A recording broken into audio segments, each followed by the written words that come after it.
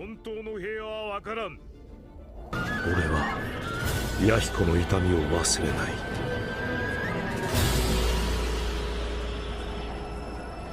ここより世界に痛みを。神羅転生。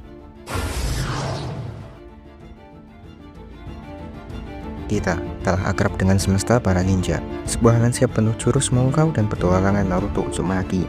Kisah-kisah persahabatan, latihan gigih, dan pertempuran heroik melawan ancaman besar. Pada pandangan pertama, Naruto Shippuden adalah epik fantasi modern. Desa-desa tampak makmur di bawah kepemimpinan bijak para Kage, sebuah narasi yang kerap menginspirasi. Namun, dunia shinobi pada esensinya adalah sebuah konstruksi yang ditopang oleh puing-puing trauma dan lingkaran kebencian yang tiada akhir. Ini jauh melampaui sekedar fiksi atau cerita pengantar tidur. Ia adalah cerminan lugas dari lembaran-lembaran sejarah peradaban kita. Analisis ini akan mengupas Naruto Shippuden bukan hanya sebagai anime populer, melainkan sebagai sebuah alegori tajam tentang luka perang yang diturunkan, dendam antar generasi, dan fata morgana perdamaian di dunia nyata. Dari perseteruan kuno klan Uchiha dan Senju hingga perang dunia shinobi keempat yang mengubah segalanya, kita akan menyaksikan bagaimana amarah serupa wabah yang bermutasi terus mewujud dan dipertahankan, bahkan oleh mereka yang berikhtiar untuk mengakhirinya. Untuk memahami akar siklus kehancuran ini, kita harus menengok jauh ke masa lalu. Bahkan sebelum Konohagakure berdiri, konflik legendaris antara klan Uchiha dan Senju bukanlah sekedar persaingan. Itu adalah cetak biru abadi bagi semua kebencian yang akan membayangi dunia shinobi. Dua klan besar ini terkutuk untuk saling memburu dan memusnahkan, didorong oleh ambisi, ideologi yang berbenturan, dan yang paling krusial, dendam atas nyawa yang telah melayang di generasi sebelumnya. Setiap kematian melahirkan janji balasan, setiap tetesan darah menuntut pembayaran yang lebih mahal. Ironisnya, upaya perdamaian pertama yang diprakarsai oleh Hashirama Senju dan Madara Uchiha dengan mendirikan Konohagakure justru memperlihatkan kerapuhan solusi politik tanpa penyembuhan psikologis. Apa yang seharusnya menjadi akhir dari perseteruan malah menjadi awal dari trauma laten di balik bayangan desa. Madara yang merasakan ketidakadilan dan potensi pengkhianatan meninggalkan desa, membawa serta benih kebencian yang kemudian akan mengakar lebih dalam. Tragedi ini mencapai puncaknya dengan pembantaian klan Uchiha. Peristiwa mengerikan ini bukan sekedar penderitaan, melainkan menciptakan luka baru yang jauh lebih tajam bagi generasi berikutnya. Bagi Sasuke Uchiha, pemusnahan klan adalah warisan pahit yang mendefinisikan seluruh eksistensinya. Dendam ini menjadi bahan bakar, membuktikan bagaimana trauma yang tidak disembuhkan pada level kolektif bisa menghasilkan balas dendam personal yang ekstrim. Pola ini tak berhenti di lingkup klan, ia meluas menjadi perang antar desa. Setiap perang dunia shinobi adalah episode baru dalam transmisi trauma, desa-desa yang hancur, ribuan nyawa yang melayang, dan yang terpenting, generasi baru yang tumbuh besar dengan narasi kebencian terhadap desa-desa lawan yang dianggap sebagai musuh bebuyutan. Mereka adalah anak-anak yang dididik di tengah-tengah propaganda dan cerita heroik tentang kemenangan melawan kekejaman pihak seberang. Trauma perang, oleh karena itu, bukan hanya melumpuhkan fisik, ia meracuni mentalitas kolektif, memastikan lingkaran dendam akan terus berputar.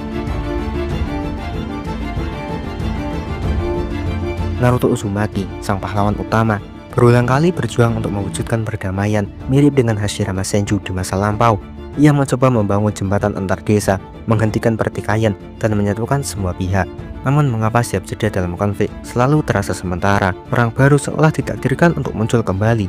Jawabannya terletak pada kegagalan untuk mengatasi akar trauma psikologis kolektif. Bukan sekedar menghentikan agresi fisik, sebuah perjanjian perdamaian bisa ditekan, aliansi politik bisa dibentuk. Namun, itu tidak serta-merta menghapus jejak kehilangan, ketakutan yang mendalam, atau kebencian yang telah mengakar kuat dalam memori kolektif dan hati individu. Plot no Jutsu Naruto, meski luar biasa dalam meyakinkan individu di momen krusial, seringkali hanya berhasil menghentikan pertarungan pada level personal, namun gagal menembus dan menyembuhkan masalah struktural serta trauma masa yang lebih besar. Kisah Nagato, yang kemudian dikenal sebagai Pain, adalah studi kasus sempurna dari tragedi ini.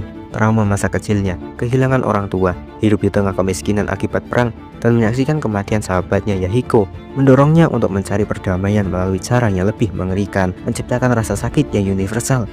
Nagato meyakini bahwa hanya dengan mengalami penderitaan yang sama, dunia akan benar-benar memahami dan berhenti berperang.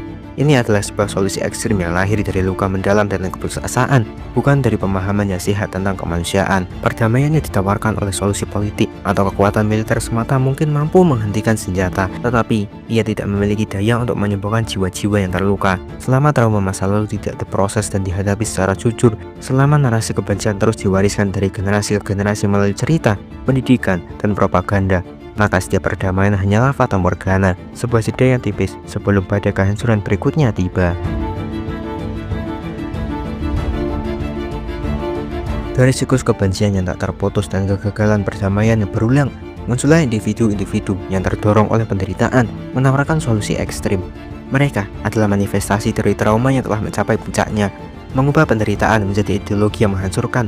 Contoh paling jelas adalah Obito Uchiha dan Madara Uchiha. Obito, setelah mengalami trauma mendalam atas kematian Rin, memilih untuk sepenuhnya menolak realitas. Baginya, dunia yang ada sudah busuk, tidak layak diselamatkan. Solusi satu-satunya adalah menciptakan ilusi perdamaian, sebuah dunia baru di bawah kendali Tsukuyomi tak terbatas. Ini adalah ideologi pelarian totaliter. Daripada berusaha memperbaiki dunia yang rusak, lebih baik menciptakan dunia alternatif dalam mimpi, tempat tidak ada lagi rasa sakit, kehilangan, atau konflik. Ideologi yang lahir dari keputusasaan yang ekstrim dan keyakinan absolut bahwa dunia tidak bisa diselamatkan dengan cara konvensional. Madara dengan ambisinya yang bahkan lebih besar memiliki keyakinan serupa, namun dengan pendekatan yang lebih manipulatif. Ia percaya bahwa sejarah telah berulang kali membuktikan manusia tidak akan pernah belajar dari kesalahan mereka. Solusi satu-satunya adalah kontrol total dan penegakan tatanan secara paksa. Bahkan figur primordial seperti Kaguya Otsutsuki dengan motifnya yang berbeda juga mencari kekuatan absolut untuk menghentikan konflik, sekalipun itu berarti mengorbankan kehendak bebas dan individualitas. Mereka bukan sekedar penjahat dalam arti konvensional.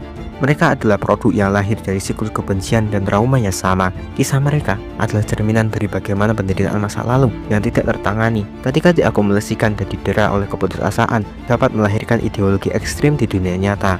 Ideologi yang menjanjikan ketertiban atau kedamaian melalui penghapusan kebebasan, pengawasan total, dan distorsi atas realitas itu sendiri demi mengakhiri rasa sakit yang tak tertahankan.